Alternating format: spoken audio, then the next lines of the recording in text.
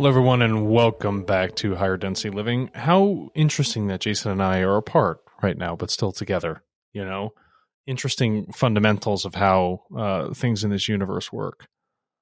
But what I want to focus on here, and a lot of people think that if you want to help somebody, you have to sacrifice something.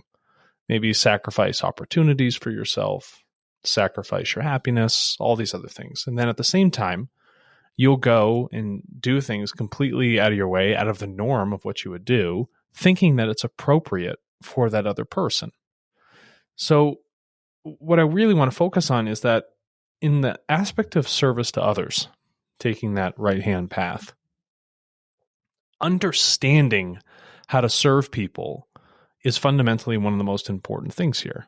And so when we talk about serving, we have to understand how to serve properly, because there's improper ways to do it. So let's start with like the most basic example. What do rich people do, Jason? The philanthropists, what do? Oh, they give. They give. What do they give? Money? They give money, time, energy, networking abilities. So how long have people philanthropically been just giving, time and money to groups that they feel need these things? I would say since the beginning of time. I would say the minute that someone realized, somebody with a good heart realized that they have excess.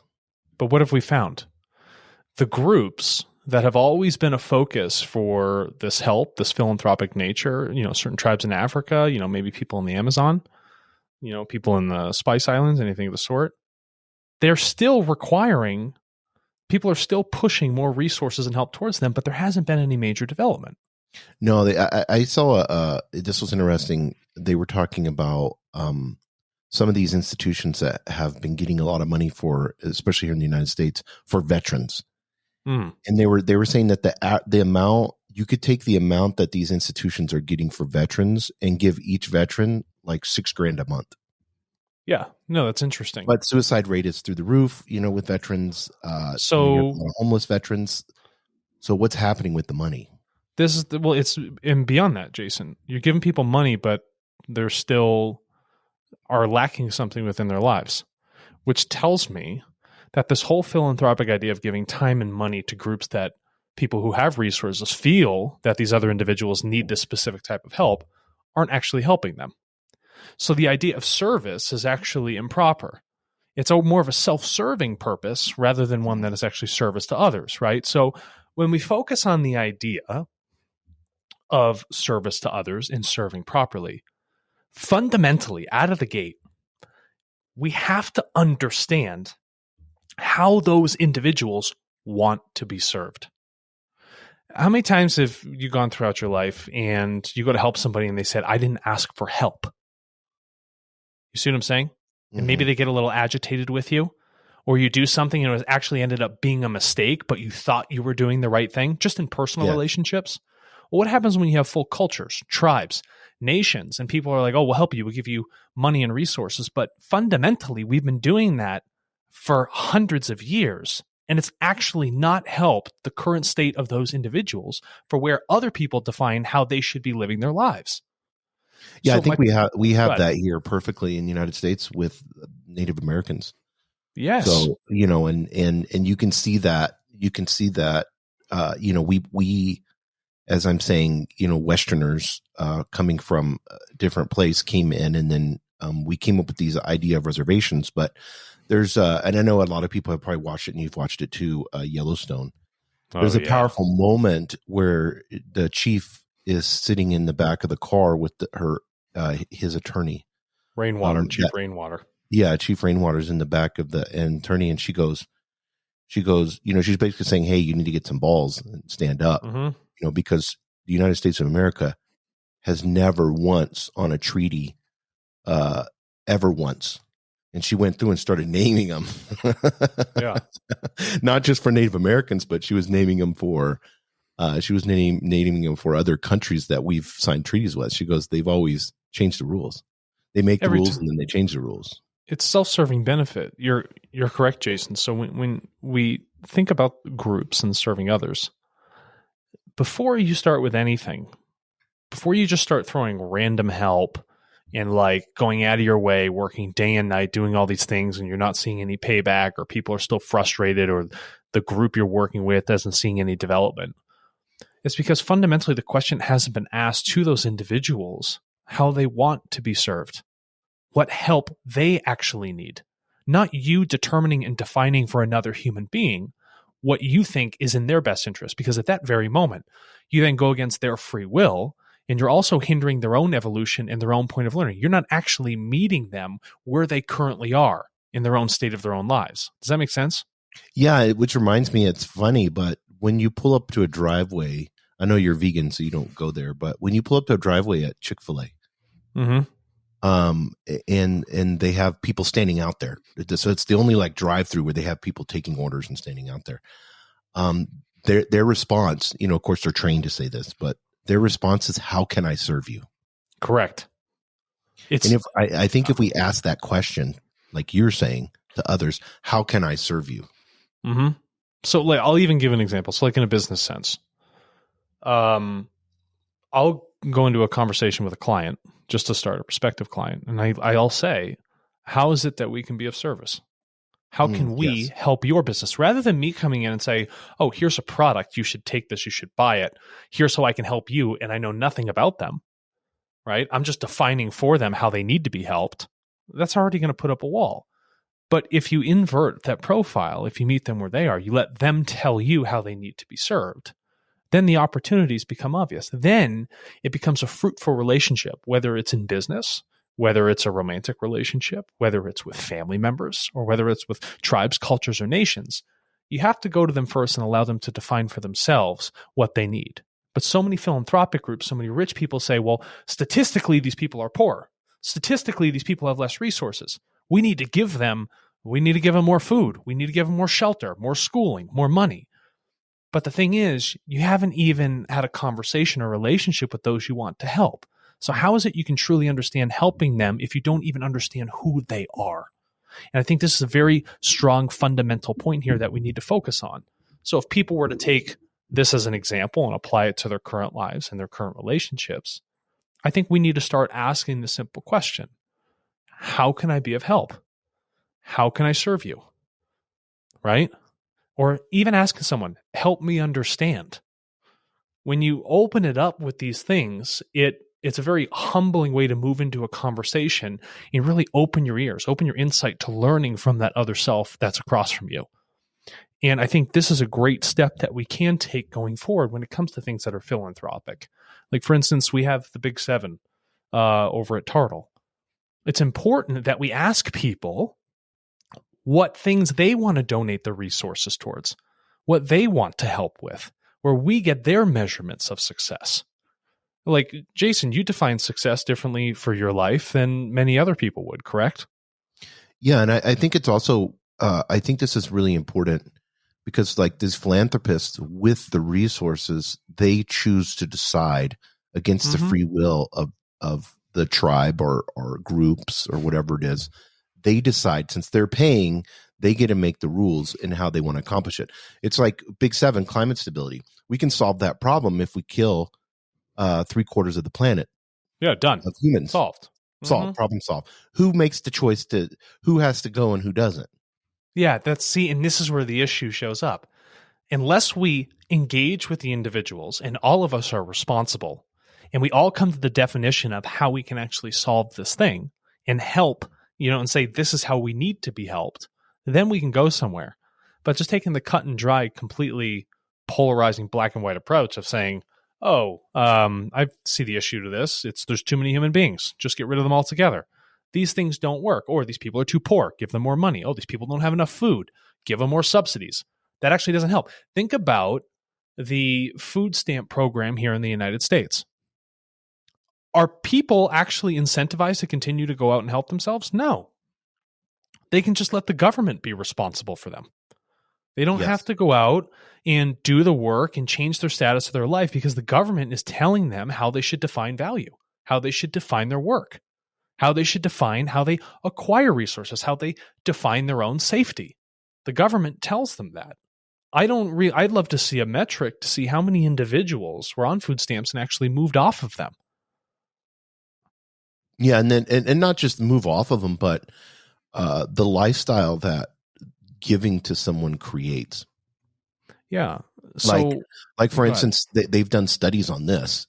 People that have food stamps tend to purchase junk food with food stamps.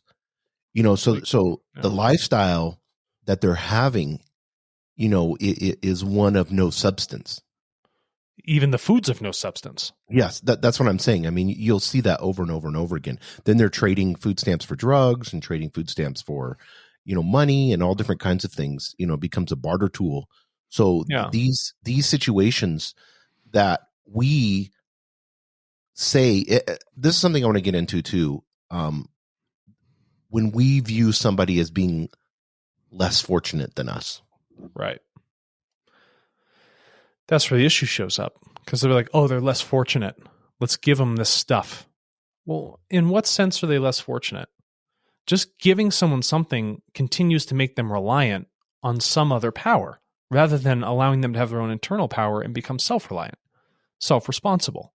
You're doing more damage at that point. I love the fact that in the United States, we have the option for people that are in a hard place through no fault of their own, have the ability to then go out and, purchase food on the account of, specific tax dollars and subsidies that help those people that are truly impoverished, truly don't have an opportunity at that very moment, are trying to feed their families, allow them some sort of gap to get back on their feet. But then after that, they have the realization that they got to get back to work. You know what I mean? So, but if we continue to just give these things out without actually asking, without actually truly knowing, the problem becomes exacerbated. There's not a real understanding. I mean, I used to watch the lines in, when I lived in Center City, Philadelphia, in some of the poor neighborhoods. Like I think it was like the third Thursday of the month when the check came for people to like get the money from the government so they can go and spend it. The line continued to grow and grow and grow and grow and grow. It never got any shorter. And you could see that there's no joy stricken in the people's. Everything that was going on there, it just did not breed anything that made sense, that was truly serving these people. It actually looked like it was stripping the life out of them. And I don't think that is just one example, and there are many examples, that if we go and statistically look at things, or say that human value is appropriated to the amount of resources are out there, or how much money somebody has, or anything of the sort, we really need to understand with serving somebody, serving happens when you ask them what they need, and they can find that own internal self-responsibility and self-empowerment inside themselves. It's not going to happen on the outside, because history has shown that when we try to subsidize these things on the outside, it actually hinders growth and evolution. It stagnates it, or actually sends it backwards in a direction. It's like adding too much fertilizer to a field. What does it do? It naturally kills the soil. You might get a good crop yield for the first 2-3 years, but after that, you've exhausted the soil in that area. You can't get back to it. The same thing that happens in nature happens when we look at these other aspects of philanthropy and subsidies. Yeah, and I agree. And there's something that you said, and because for the next few minutes that we have, I want to, because there's something you said in the beginning that I think is really important. And a lot of people think that they have to sacrifice to help others. And I want to use an example real quick.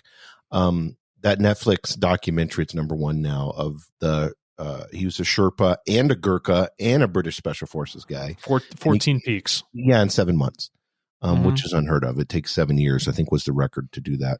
Yeah. And this guy did it in 7 months. And he was just on Joe Rogan, and I happened to watch it. Very, very interesting. He was talking about it. But I want to use this in the sense of like, we sacrifice to give. Like, I have to sacrifice to give in a relationship, in at work, or whatever it is. And he used an example of this. Is he was going up in one peak. He'd already gone up one peak, and he was going up another one, same day. And he found a guy that had no oxygen, that was dying. Correct. So he had to give up his oxygen bottle to get the guy to. And then they found another guy, and then one of them died or something like that. But and then later, he got his oxygen stolen.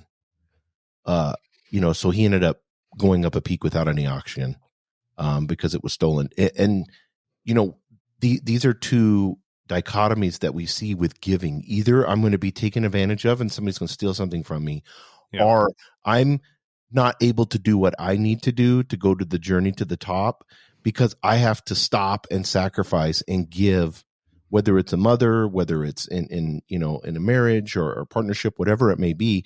There's this whole idea of I have to give up my oxygen. Yeah, that's a great metaphor, but it's fundamentally not true.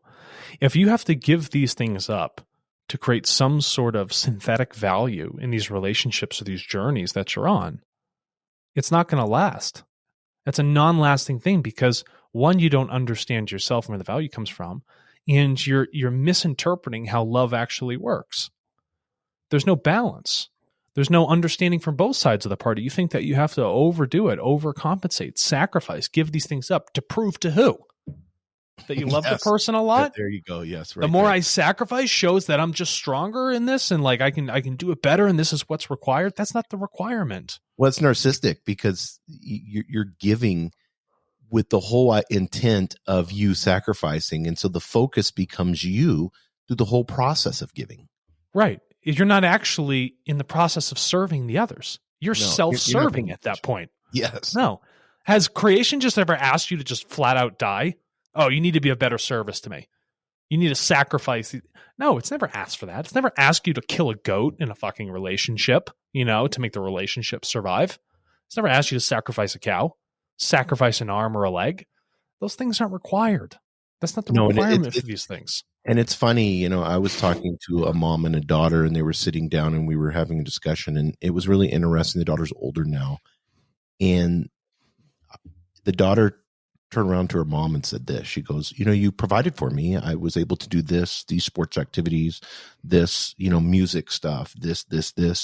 But she goes, I just wanted to have a conversation with you every once in a while. Yeah. There's some problems that I was facing. Mm-hmm. So, we get so busy, so-called sacrificing and that we don't even take the time to understand. And this is what you're saying earlier, to understand. But it's more than understanding. It's, and I think this is really, really important. And Raul talks about this with love. It's the vibrational aspect of serving others truly in love. And then you want to talk about law of attraction and abundance and all that shit. This is how you do it. Correct. Loving properly, giving properly creates gratitude, which creates abundance. Yeah. When is it that you've gotten a gift from somebody, Jason, and it meant more than getting a gift on Christmas or a holiday or anything else like that? Oh, yeah. You want to know why? The person has watched you, observed you. They've listened to what you had to say. They understand your needs and wants. And then they gave you something when you weren't expecting it. Yes. Even though you had claimed you had needed and wanted these things for a long time, those are the most valuable gifts because they listened. You defined what it is you had the desire for. And when you seek for that desire, and the right ones that listen are the ones that serve in the greatest amount of love. Those are the ones that will come to you and you will feel the greatest amount of gratitude for that moment. And the ones that truly understand that get that when you can help another and you can help them properly, you can help them in proper service through understanding that this closed system with which we reside on, it naturally comes back to help you and so many other people at the same time. You tracking? I think that's a great end to this episode. This episode was one I needed personally, so I appreciate your words, Alexander. No problem, and we'll be back for more soon. Thanks, everybody.